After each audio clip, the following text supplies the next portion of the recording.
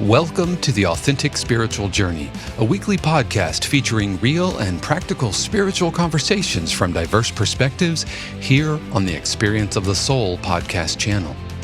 Today, episode 182, No Stress Christmas. And now your host, Reverend Cynthia Alice Anderson.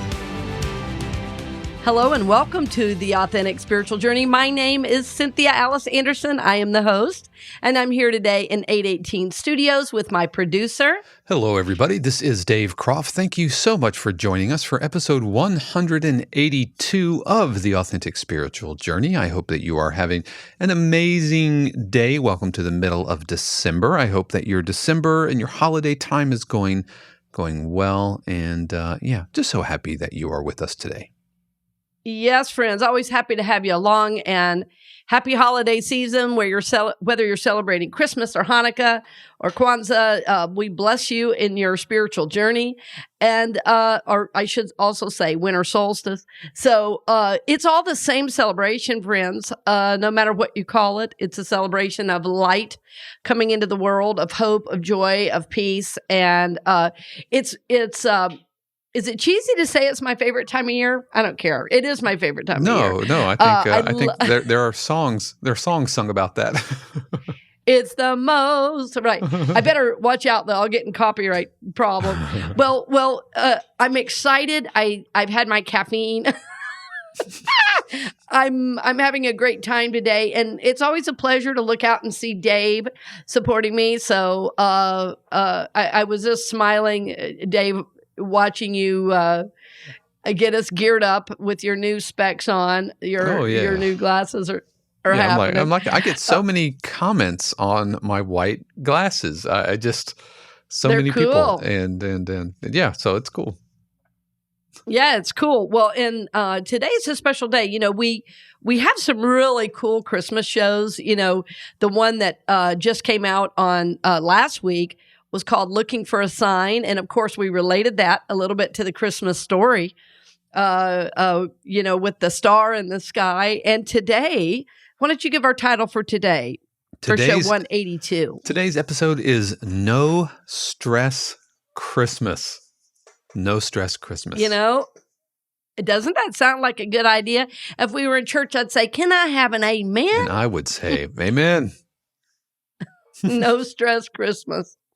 Well, friends, I have been in situations at the holidays where the most important thing was putting up a garland or a thing, and it didn't matter if the family was yelling at each other. It didn't matter if there was, strife and upset. It was all about the decorations and getting the lights right. And I'll tell you, I feel so good and so free this year that I am creating for myself and my family No Stress Christmas. I was telling Dave before the show started that the other title was, it could also be called the re-spiritualization of the sacred coming of Christ. But he said that was for ministers. Right, that was a little seminary syllabus. I mean... This is the way I think. But No Stress Christmas, somebody might actually type that into Google and go, is this possible? The answer, of course, is a resounding yes. A No Stress Christmas, somebody's going to say, how? I'm going to write it down. Well, the thing is, you already know. One is, rather than your personality and what everybody thinks guiding the way, is the spirit of you, the soul of you, is to guide your journey. For instance, if it is stressful for you to go get a tree, don't get a tree this year. It's that simple. If it's stressful to have the family put up decorations and you all get mad at each other, don't put up decorations. Instead, build a memory of hot cocoa together, of a walk outside, of building a fire, of hanging out. And for me, this is the spirit of the holiday. Going to church together, having a sacred time of prayer together. So you can create whatever it is you want in this season. And this year, in my family, when I was talking to my son about it, neither of us really had a strong desire for a tree, which was kind of funny because when I was a kid, we went out and chopped our own tree. And so we always had live trees. And as an adult, I've always bought a live tree, and so when we were talking about it, it was like, I don't know. And then I heard there was a tree shortage, and I'm like, this is just all fear and panic, and let's create now. Everybody has to go buy a tree right now because there aren't enough. And so what I first did is I took all my several little ornaments I really like, and I just set them around the house, and I kind of grouped them together. My little, there was this handmade ornament I had gotten years ago in Colorado, and it's a little elk, and it's hand carved and hand painted, and right by that was my little ornament of that's like my lab with a little hat on, that I just liked, and one my son made. So those were just sitting around, and then I was looking around. I was like, you know what? On my back deck, I've got this tree. It's a Norfolk Island pine, and it's not huge. But I thought, how cute would that be if I put a few little lights on that? And I had a friend over, and he and I decorated it. And when it was done, my son had a big performance coming up, so he was practicing away. It was going to be stressful for him to do it. And I didn't want him to stress. And I told him, no stress. What do you want to do? I really need to practice. I said, go practice and I'll do this. I love this. So it's fine. And you know what? After he practiced, we sat out there. We looked at the tree. We talked. And that was Christmas to me. Not the creating and making everything look perfect. He's a 14-year-old kid. What does he care about looking perfect? He just wants to have fun and feel loved and do what he loves to do. That's normal for a 14-year-old.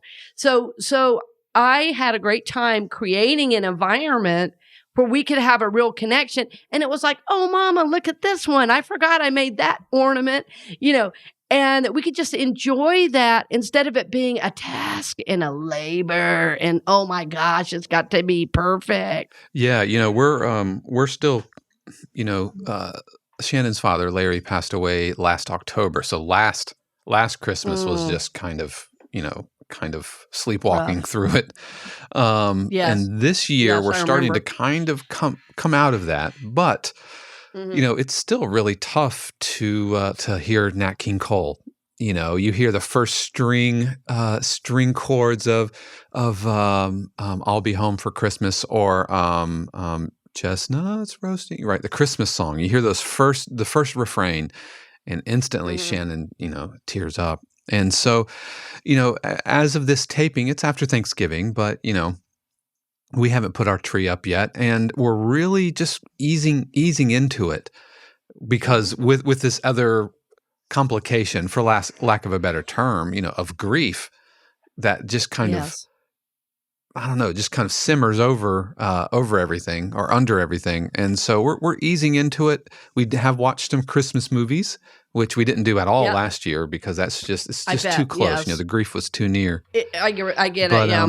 But we've all just in the house between me, Shannon, and Judy, we've all just agreed that we're going to take it one step at a time. And if we have the energy to put up a wreath, to watch a Christmas Story or something, then we're going to do it. Otherwise, we're really removing this expectation. And I feel like that's what the bulk of it is just this expectation, either that we give ourselves or, you with a kid in the house, you're like, I've got to make these memories because they're going to carry these memories into adulthood and it's going to define what their Christmas is for their family. Right. But just kind of, no stress. Don't lump all these expectations about what it has to be and let it be what it is. And I love what you said about kind of creating Christmas in the moments that you have, as opposed to bringing something external in to manufacture something.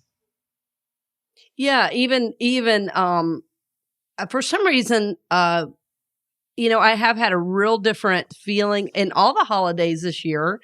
For Thanksgiving, I was with my new church community, the role that I took on with Unity North Tampa. And it was really a blast to be with a spiritual community. We, created a day where people that didn't have a place to go or didn't have family in town, we made a place. And so some smaller families, we had some parents with their kids and grandkids come. And so it was like, to me, this is what Thanksgiving is supposed to be. Not just me and my family and all these having to watch a game and eat the exact same thing every year, but reaching out, right? And reaching out and giving thanks for what we have. And just, it was, what's the word? Just so beautifully simple. Let's just gather together and eat and enjoy. And by the way, let's put up a few things at church. And if we get tired, we stop. So yeah, there's something that's been very healing for me this year, and just honoring that. And Dave, I'm so glad to hear you talk about your experience, because for so many of us in the holidays, there's been so much loss and death in the last 2 years, that the holidays do hold a little bit of trepidation, because it's like, not only are we dealing with some childhood stuff, so if we do have childhood, both positive and negative memories, those are informing. And then the last couple of years were so strange with so much loss. Mm-hmm. Yeah, absolutely. And yeah, just give yourself permission to let it be what it is. I think that's one of the keys to de-stressifying the holidays. Last year we kind of had somewhat of an excuse not to go out and about, because we were still, and we're still mid-pandemic, but, things were just really kind of opening up. But you could also, still kind of say, well, I'm not going out, I'm not going to go to church, not going to go to candlelight.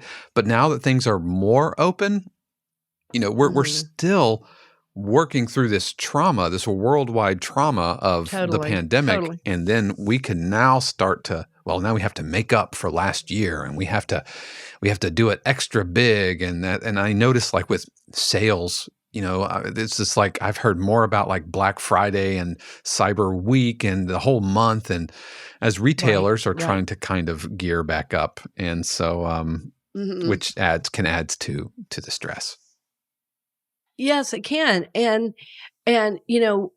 us being clear on the spiritual journey that we are guided by our soul and not our personality and ego is really our saving grace, because we can deal with the holidays on our terms with God as our guide, because if we're in grief, sometimes the thing to do is to do less.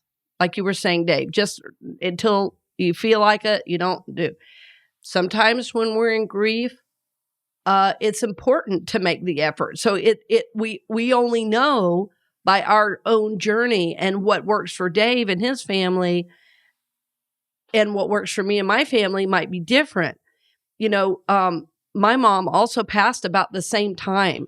Mm-hmm. And as we were getting out a few Christmas things, one of the things my mom had always done is be very involved in our church growing up. She was the board president. She was a lay minister. She did mission work around the world. And she went to Haiti. She went to the Holy Land. And she just did a lot of really neat things. But one of the things she did was she was part of this little group, and they made these crafts every year. And there was this big Christmas bazaar, and it was a way for the church to, receive donations. So all the things that were made, they would meet all year and make these little things. And then like in late November, early December, they'd have a big sale.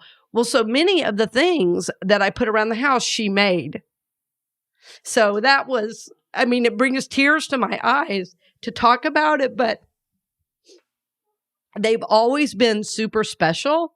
But this year, it had a completely different meaning. Last year, I couldn't get them out at all. I just couldn't do it because she had just passed, at the end of September. So it's been a little over a year. But this year, I could get them out, and it was like, oh. Yeah, that was so sweet. And then since Shannon's dad was a DJ, it was music last year. Yes. Like we Yes. listened to zero Christmas. And you know me, I mean, I'll start listening to Christmas music in October and it's on repeat. But zero Christmas music, light decorations. Mm-hmm. But yeah. It's so friends, you hear our emotion that comes up, and I want you to know that our emotions are good. They're holy. There's nothing to be ashamed about. If you have a feeling or a grief or tears come up, just honor that, especially, if it's a loss of someone you love. Those are holy tears for sure. Mm-hmm. For sure. So yeah, this year, for us, I mean, it's a little bit of a mantra around our house, is just no stress Christmas. If something comes up, are we going to do it? We go, well, what's less stressful? And that's the answer.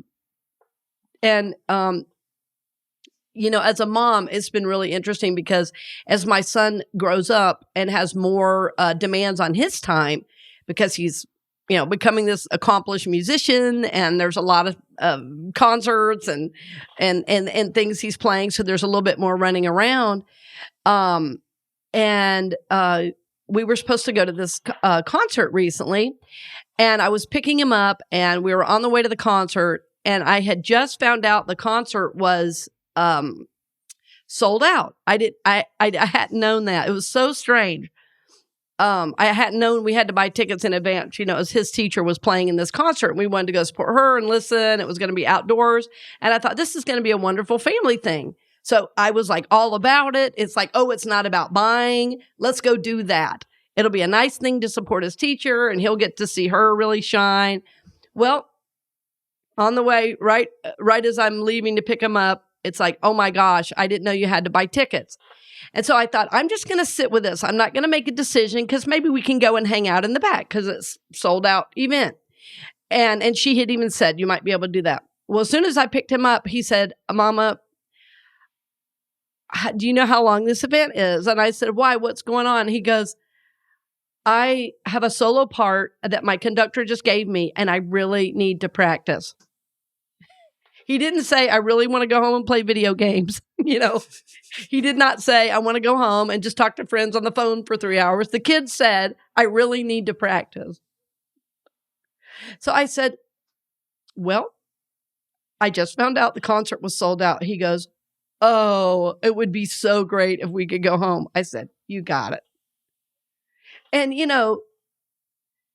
he got heard. He got his need met. And you know what? It created the connection I wanted, even though in my mind, I was making up a whole story about this event. Like, it had to be the event. The event was outside. It was going to support his teacher. And this is how the ego always tries to figure everything out. Like, the mind wants to organize the connection. But what created the connection was me just listening to what he needed. And the truth is, I did not need one more thing to do. I had had a huge busy Sunday. I had gotten up super early and meditated, and then I made the big drive over to Tampa and the big drive home, and I have people staying with me in my home right now. And so it was like, wow, I get to have a no stress Christmas too. Not I'm just creating no stress for him. It's no stress for me, for my home, no stress. So that's what I mean, friends. You have to really let go. And Dave, you said this at the beginning so well. Letting go of your expectations of what's supposed to be, and not getting so attached to what we quote unquote want. And, if you're a mom or a dad, things can change on a dime when you have kids. Somebody gets sick or something comes up you don't know about. I just found out about a concert, that's coming up. But luckily, it's all going to work out. Yeah. And what would have happened if you were like, no, even if you did have tickets, he wouldn't have engaged into that concert the way that you were wanting to, because his mind is chewing on this thing that he needed to do, wanted to do, which ultimately is going to fill his spirit and his, the trajectory of his life. He's 14, but if the last few years I've known him are any indication, that dude's going to be a rock star. Oh, and so totally. He's so talented. He wouldn't have benefited anyway.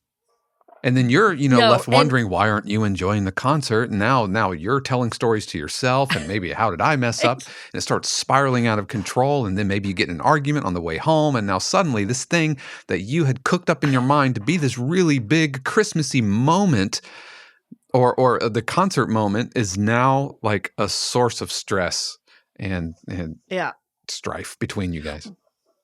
Exactly. And I want to talk a little bit more when we come back about learning two things about how we can, be in those situations and kind of widen our perception a little bit, and how we can bring back again more of the spirituality of this season, and how even if you have kids, it's not only possible, but they love it as well. So I can't believe we're already over 20 minutes. So we'll be right back right after these brief messages. Hello, my name is Cynthia Alice Anderson, and I'm the owner and founder of the Experience of the Soul podcast channel. We are now completing 3 years of being on the air, and I wanted to personally thank you for all of your support. As a listener, as you share the podcast on your social media pages, and for your financial support. We would not be where we are today without this amazing support, which is in over 80 countries and 150,000 downloads worldwide. So I thank you, dear friend. I'm grateful we get to walk this journey together, and I cannot wait to see what we're able to do in another 3 years. Thank you again, dear friend, and blessings on the journey. Welcome back again. We're glad you're with us. And I think I got kind of excited the first half. I think it's just fun to talk about the idea of the holidays really being fun again. And, the other thing that I know has an impact, is all the outer news, all the, the ideas of what your house is supposed to look like, and all those things. And I did want to mention, I'm not living in a dream world that certain things don't need to happen. I can hear somebody saying, well, what about this? And what about that? And, the good news is you have more choice than you imagine, probably. And so what we want to, again, seek to do, this is a reminder, we are seeking to live from our soul. And, as we grow, and we've talked about this before, but this is a good time to be reminded. As we grow, what is created in us is a personality. That personality is created over years of our childhood development. It's created by certain patterning and conditioning in the way we're raised. And what we're seeking to do is to live beyond that aspect of self and into the soul. And the soul has a very specific journey. It has specific things it wants to learn. And so during this holiday season, as you decide, maybe I don't want to do that this time, even though everybody around me is doing it, that's going to be a growth for you. That's going to be a soul growth for you. And every time you're tapping into your soul to know what to do instead of your personality and thinking about all these external expectations, you are diminishing the personality self so the soul of you can come forward. The idea is to live from soul. And I live in a wonderful, beautiful neighborhood where there's a lot of tradition. And one of the traditions is with certain decorations, and even they send a letter to every home. Talk about pressure. They send a letter to every home saying, our neighborhood tradition is to put candles in the window. So you don't have to wonder. They tell you it's the tradition. Well, this season, I'm choosing to get my home painted. And so I'm not putting anything up on the outside of my house because it's going to be pressure washed in 2 days. And within a couple days of that is going to be painted. So I'm not putting the effort in of putting things up for 2 days. And there will be someone who says, did you notice at this address, they are not doing anything? And I am absolutely fine with that. That's right. It's like, and I love the neighborhood because of its traditions. I love the neighborhood that, in fact, there are things that are outwardly done to unite us. I love that there is literally in our neighborhood a progressive dinner that happens every single year. And there were a couple of block parties. Well, because of my church schedule and my son's playing schedule right now, we're not doing any of them. But I'm okay with that too. I send our positive regards and thank you so much and love to all. And we're busy. Yeah. It's yeah. really and, okay.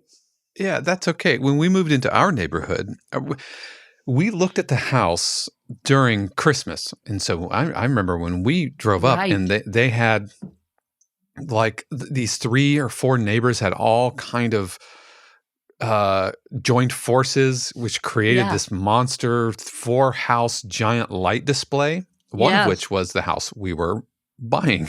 Yes. And I remember thinking, there's no way I'm doing all that. I mean, they had like lines across the roof, across the street, and it was all coordinated with like LED displays with music and everything. And I'm like, this is gorgeous, but that's not the guy But I not am. gonna happen. Right.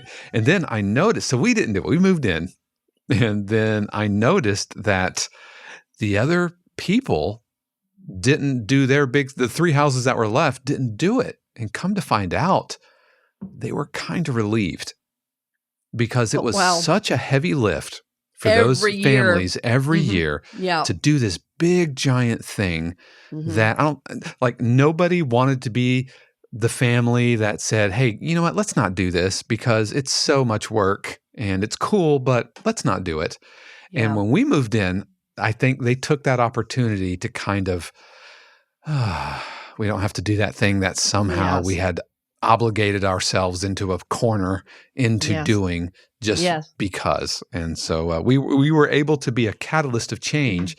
And even to this day, even last year, one of the families didn't do anything. Of course, I think they might have like taken a cruise in the middle of but they didn't do anything at all. And so I like to think that our lack of initiative in wanting to spend thousands of dollars in a light display gave everybody else permission to be their more authentic self. Right, and if I wanted to say to our listeners, because we're talking about doing less, but if for our listeners, doing all that brings you joy, then enjoy. I mean, buy those lights, put up that stuff and those big blow up things. If that gives you joy, then be about it. Which I imagine when that started, it was probably like that. But, that's what I think too. You do it for several years, and now suddenly something that's fun becomes tradition, and tradition becomes obligation, and nobody really has the courage to kind of come out and say, you know what, guys, let's not do this. Yeah. Well, and the last thing I'll say about this before we get into the real second half, which was that the other thing this year, because since my mom's passing and memorial, and I co-led the memorial, which was really difficult for me. It was an honor, certainly, but I had not been back to Georgia. So my son and I are leaving in a few days just to have a little time away and to see some family. I think that's going to be really nurturing, and we may even get up, to the reservation in North Carolina. We'll just see. And there's an aunt that lives up there that's, my mother's sister, and she's aging. So, it's really important for me this year to have those connections rather than all the doing. And, next year may be different.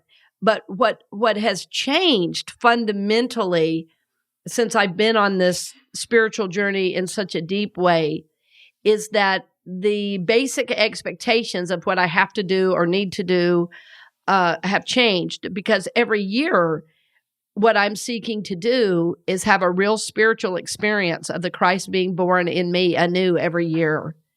Mm-hmm. And that's really my driver internally for what do I want to do and what do I want to experience. I mean, I'd be very happy to go to a different spiritual community to see how they celebrate. I would be very happy to be with a friend or loved one in talking about their faith or having a dinner and lighting the menorah. I'd be very, very happy to be doing that. But running around and going to 12 different stores, that I don't think I'll ever do that again, because it just is not, to use an old spiritual term, it's not edifying.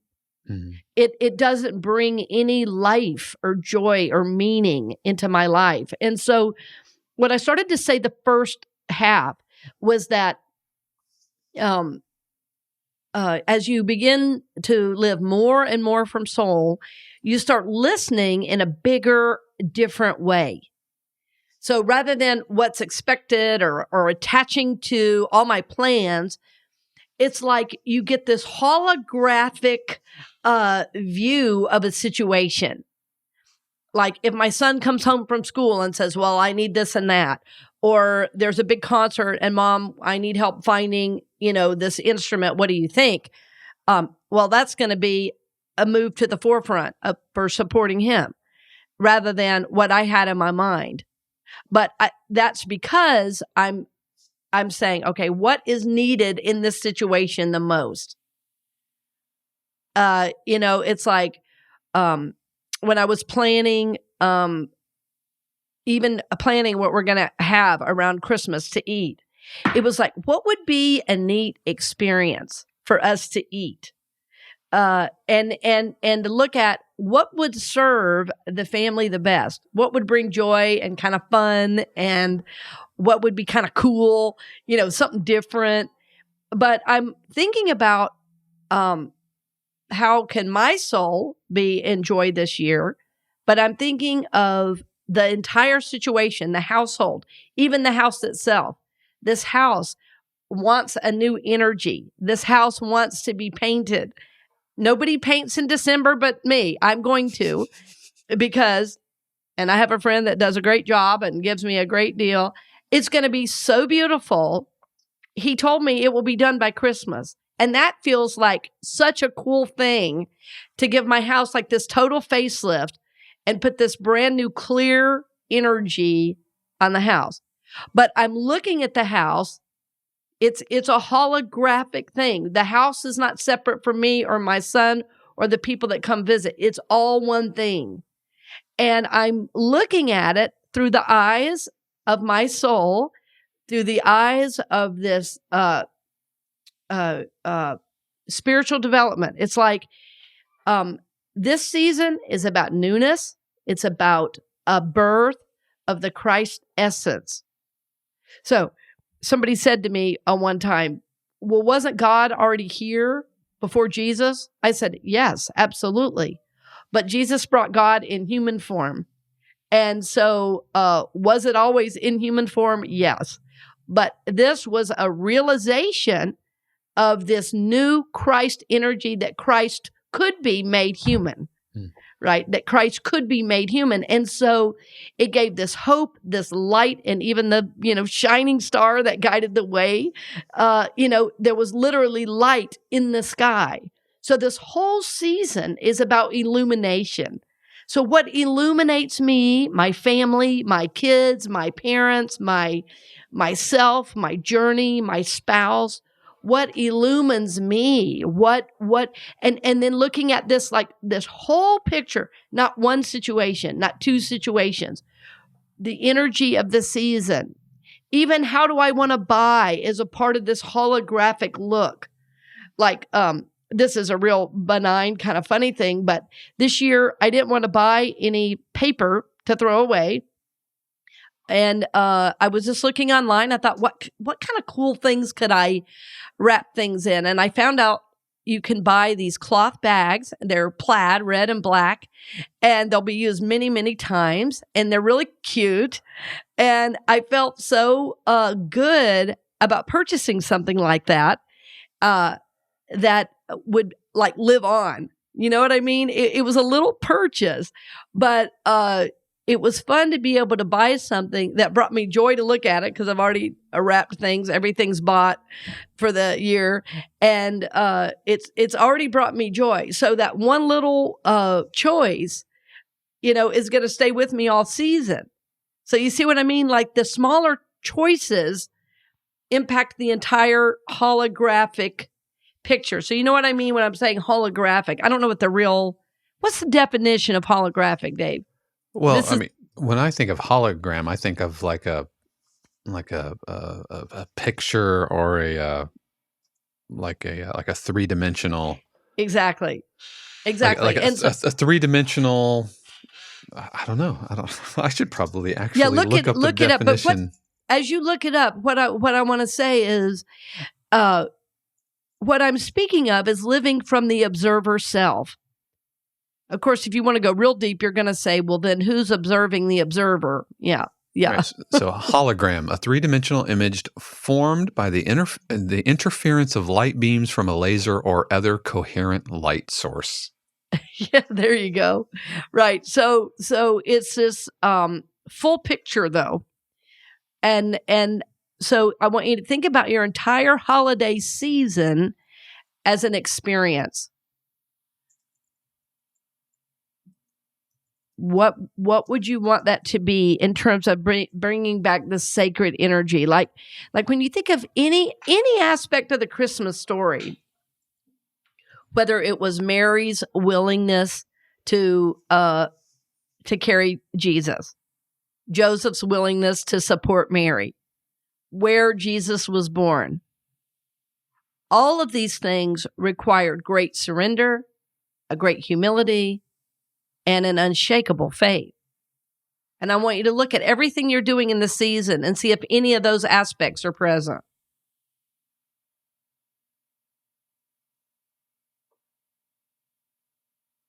The real meaning of this season is just that.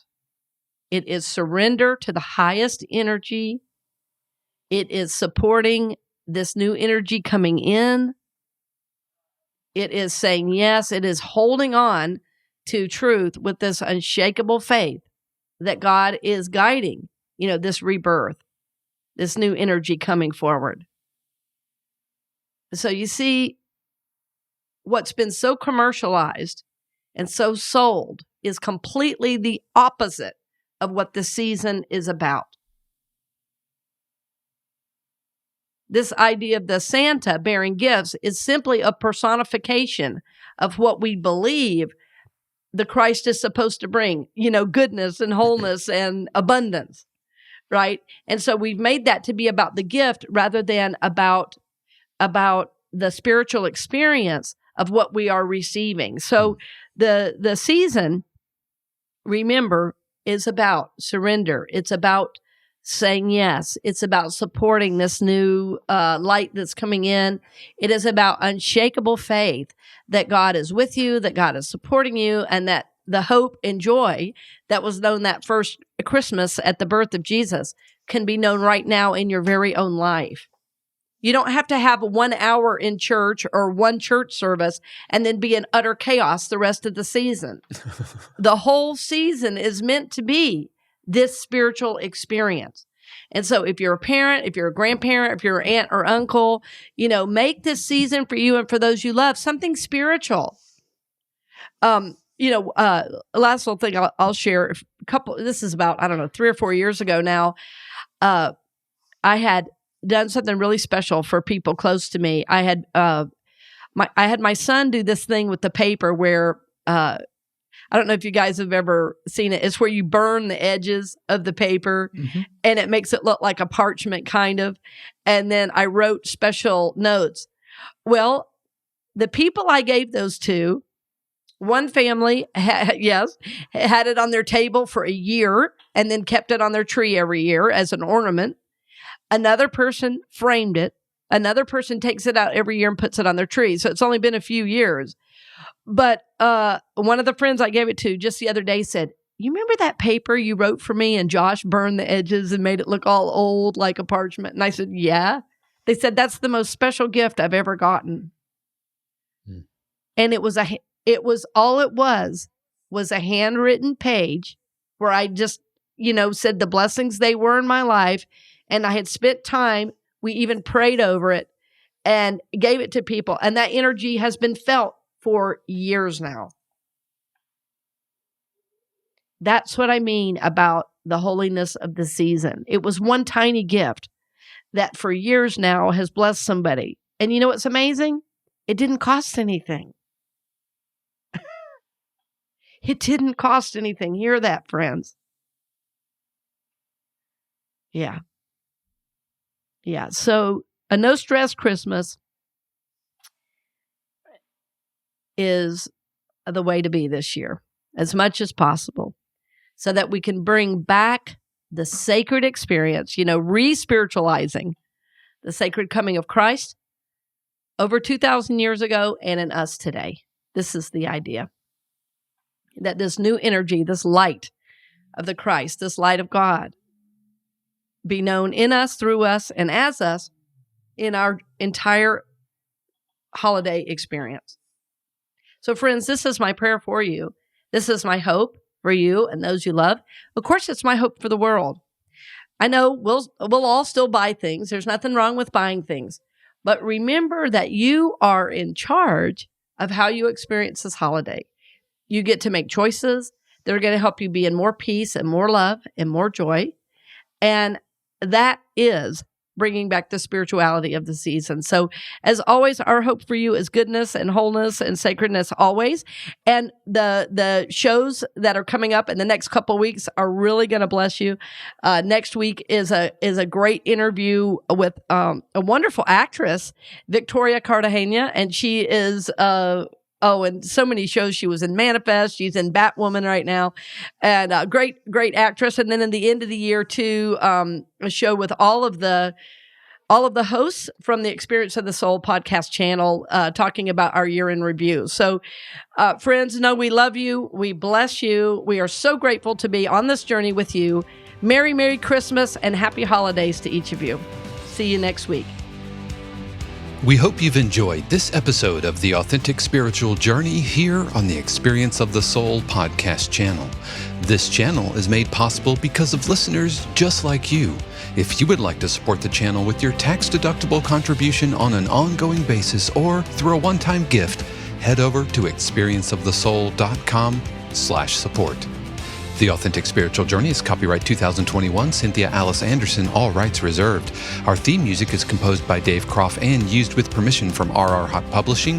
The Experience of the Soul podcast channel is a production of 818 Studios.